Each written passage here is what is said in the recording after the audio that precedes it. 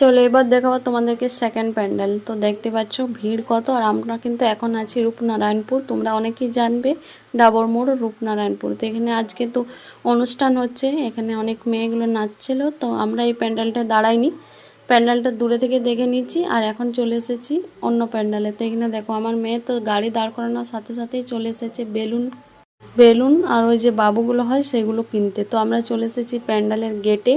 তো চলো ভিতরে গিয়ে তোমাদেরকে দেখাই এই যে প্যান্ডেলের ভিতরটা, জাস্ট ঢোকারটা। তো এখানে কিছুটা করেছিল, তো মাকে চলো দর্শন করে নাও। তারপরে এখন আমরা চলে এসেছি বাইরে, আর এখানে বসেছিল তো টাকা চাইছিল, দিয়ে দিলাম। তো ছেলেটাও বলছে আমাকেও দাও, তো ওকে বললাম যে তোর মাকে দিচ্ছি, ওখান থেকে নিয়ে নিবি। তো এখানে আমরা মেয়েকে আইসক্রিম কিনে দিচ্ছি, আমরাও খেয়ে নিয়েছি। তারপরে চলে এসেছি কিছু খেতে, কারণ অনেকটাই খিদে পেয়ে গিয়েছিলো আর রাতও হয়ে গেছিলো অনেক। তো আমরা একটু রাত করে বেরিয়েছিলাম আর এখন চলে এসেছি 3rd নম্বর প্যান্ডেল, ঠিক আছে। তো এই প্যান্ডেলটা দেখো একদম মহলের মতো বানিয়েছে, এখানে বারটা ভেতরটা তোমাদেরকে দেখাবো, জাস্ট অসাধারণ, তোমরা দেখলেই বুঝতে পারবে।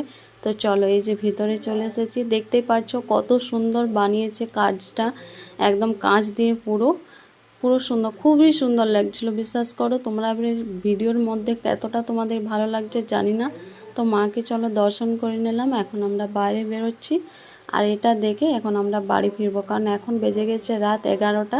তো চলো পরের ভিডিওতে দেখা হচ্ছে, টাটা।